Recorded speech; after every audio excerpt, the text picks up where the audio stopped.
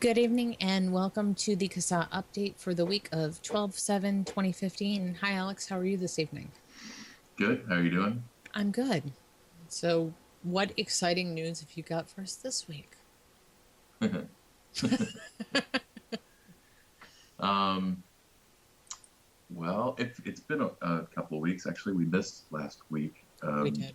so that you could simulcast the NBC kind of advocacy get together. Yeah, And that was informative. Of course, it Julie was good. participated in that, and some Mhm. other big names. Oh man, I'm a little unprepared. Sorry, I'm sick today, so I'm sorry. that's I didn't okay. know. But this is timely. It just this afternoon put out a call to action for Alameda County in California. Okay. They have a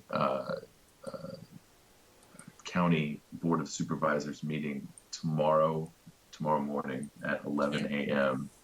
Um, and they're going to be discussing two ordinances. One will restrict where vapor products can be used, and the other will be addressing tobacco retailer licensing. Of course, both of these ordinances use the unfortunate term electronic smoking device and also redefine tobacco to include electronic cigarettes. So anybody in Alameda County, please get to that meeting. This is actually one of those rare cases where we have a member of the Board of Supervisors who is opposed to this legislation Right. and is asking people to show up and testify. And so they're actually interested in hearing stories from people who have successfully transitioned from smoking to vapor products. Um, and yeah, it sounds like he would like to get this shut down. Um, and also Nice. for people who don't quite understand the issues with tobacco retailer licensing, especially in California. I know we've talked about this a couple times, but it bears repeating because here we are looking at it again, and we'll see this a lot going forward, Right. especially in California. Um, there is a movement afoot, at least in the Bay Area, um, to um, require. Well, first of all, there's a movement afoot to reduce over time the concentration of tobacco retailers in Hmm. the various municipalities Right. around the Bay. And so this is problematic for vape shops because, and there were a couple of people I think in San Francisco that actually encountered this issue, um, where the city council is going to pass this ordinance, Right. but vapor shops haven't gotten tobacco retailer licenses yet because, well, frankly, they don't need them. They're not required by the state to have them. And so what happens is as this ordinance passes, they're putting a cap on the number of tobacco retailer licenses that will be issued, Hmm.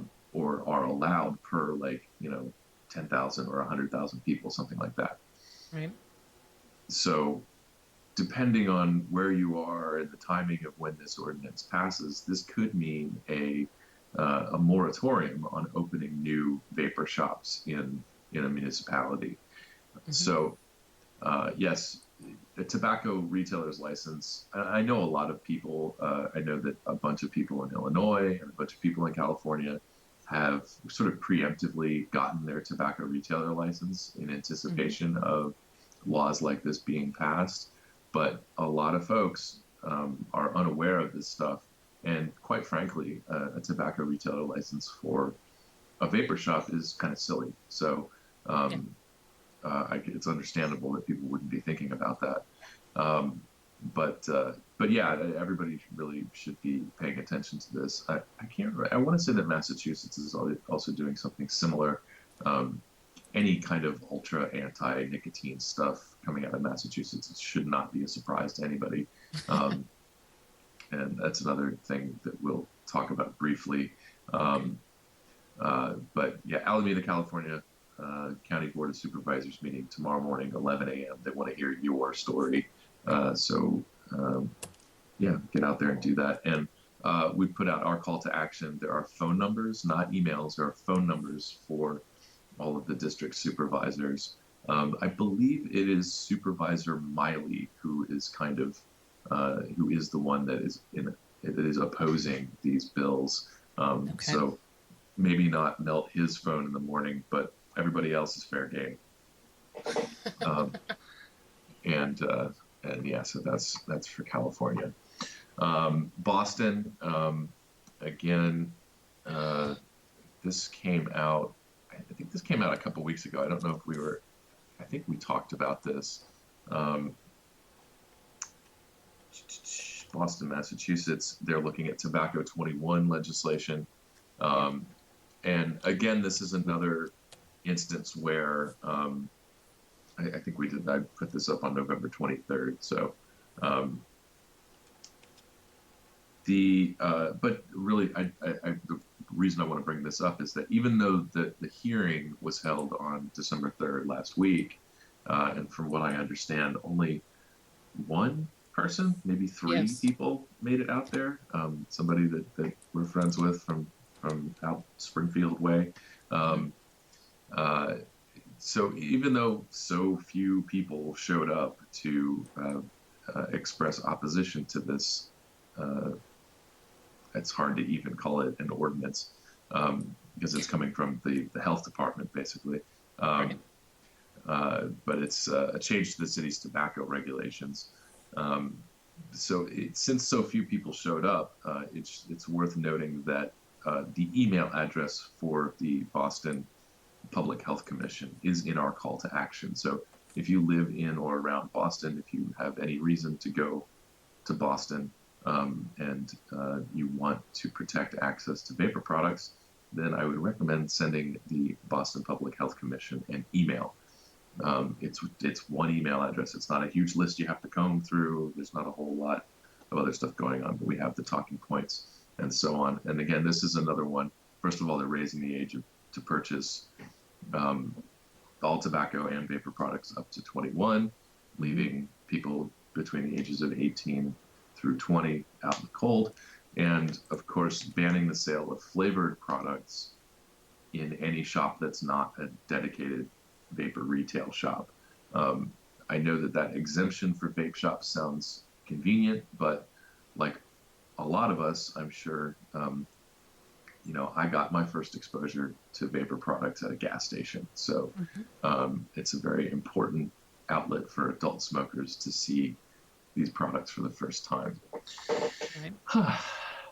um, that is that. What else? Okay. Oh, yeah. And so, last but certainly not least, uh, Pennsylvania, um, which, by the way, and I should really check these statistics. Oh,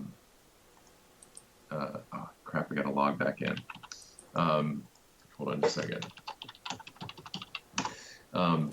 Pennsylvania advocates, by the way, are on top of this. I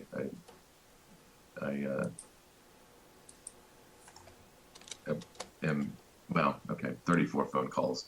That's not bad, but in a state with 7,000 members, we can certainly do better. But yeah, we do typically get good participation from Pennsylvania advocates. Right. So far, 1,200 people have sent emails, which is pretty good. That's a bit more than 10%. Right. So the Yep, there's people like me that not only do I submit, but I have my family submit as well. Fantastic, yeah, yeah. I don't know what it is about Pennsylvania, but Pennsylvania is right up there with Texas in terms of people, really responding to this stuff. So so thanks, Jeannie, to you and your neighbors. And Chris Hughes, obviously he's the Savannah president, I guess, there has been very active in getting the word out as well. So for those who don't know, apparently the Pennsylvania budget negotiations they're kind of pulling a Kansas. I know that the legislative session goes on a little bit longer, but they are sort of in and out of agreements on this. And unfortunately, that puts vapor products in a very precarious spot because the state has somewhat naively estimated that they will get $20 million in tax revenue from this proposed tax. I'm sorry. Despite the fact that every state that touches a border with Pennsylvania does not tax these products. And the two largest cities in Pennsylvania, for the most part, share borders with some of these states. So that $20 million seems like a long shot. I have a theory on that, Alex. Okay. When New York State raised their tobacco taxes through the roof, it realistically is quite a bit over $10 a pack for cigarettes in New York State. Mm-hmm. I happen to live in a town that is literally 1 mile from the New York State border. Yeah. Imagine the amount of people that drive here specifically to get cigarettes because it's closer than driving to the Indian reservation. And it happens a lot. Okay. So even though Pennsylvania has lower tobacco taxes than New York State, they're still making a shit ton of money. Yeah. Why would they, let vapor products slide? Well, they're honestly thinking that they're going to double dip because the state of Pennsylvania is profiting a huge amount of money in tobacco sales from the bordering states having a higher tax rate. And vapor products to them are going to hurt that. So let's tax the shit out of that because then we can make money everywhere. Yeah. But they also have bills, so that might not work out for them like they thought. Yeah, the bright shining spot here is that at least the with Bill Gotshal doing the work that he does, at least we won't see a hike or any taxes imposed on smokeless tobacco. We hope, but it is really just it's a bad move. It's naive policy, and unfortunately, we're just sort of caught in the middle of all of this because. The vapor lobby is not well developed anywhere in this country, and so probably with the exception of Oklahoma, so I think we're sort of outnumbered at all of these tables, and I think they see the vapor industry as fair game. So the threat is very real in Pennsylvania, and I would expect everybody that got our email should send, at the very least, send an email, and keep encouraging them to. We are extremely lucky that Bill Godshall lives in this state. We are extremely lucky. My only caution to vapors is a lot of us know that Bill Godshall is here and that Bill fights for us constantly.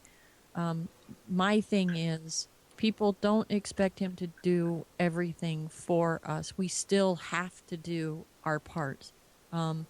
I absolutely adore Bill, and he works tirelessly for us. I just hope that people would take advantage of that and still advocate for themselves. Yeah, absolutely. Somebody Very like true. Bill Gotshal walking into the state legislature, it really makes his case all the more stronger when he can turn around and point to thousands of consumers that are behind him. It's just the same. It's the same kind of message that CASAA has been putting out, which is, the more people that we can count as members, the stronger our position becomes. The louder our voice becomes. Even if most of those people aren't taking action, the fact that we can walk into any policy-making body and say, we have 123,000 members behind us. You really need to listen to what we have to say. Mm-hmm. And of course, in a state like Pennsylvania, somebody like Bill Godshall or even a retailer to be able to say we have over 7,000 people in this state that are engaged in this issue. You know, to lawmakers, that should translate to 7,000 voters. And even before that, that's 7,000 human beings whose lives, really depend on access to these products. So yeah, it really does help. The more people we get involved in this, the better. Right. True. And so, oh yeah, the other thing, just to point out, it's still on Pennsylvania. In our update that came out this morning, we have listed phone numbers for Majority Leader Jack Reed and Majority Leader Jake Corman. I believe that is Senate and House, respectively. Okay. I might be getting the houses mixed up, but both of those folks are key to making a decision about whether or not to keep vapor products in the budget. Mm-hmm. And since they are considered leadership, anyone in the state should feel comfortable giving them a call. You don't have to be strictly from their district. That's why we have their phone numbers posted. And that's why we have the additional talking points posted on our main call to action. So nice. Give those two a call and let them know how important vapor products are to you or a family member in Pennsylvania. And I feel like I'm missing something. Oh.